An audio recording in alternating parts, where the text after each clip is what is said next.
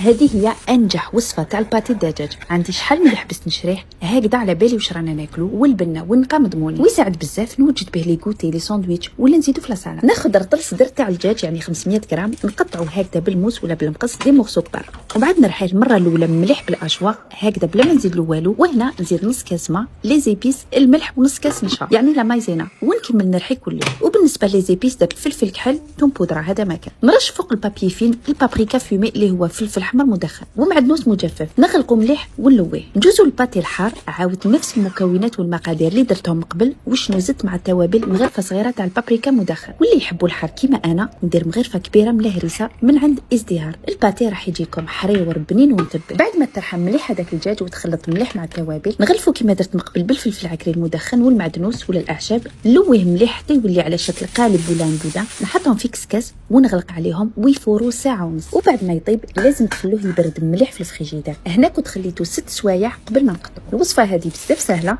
جربوها راح تعجبكم.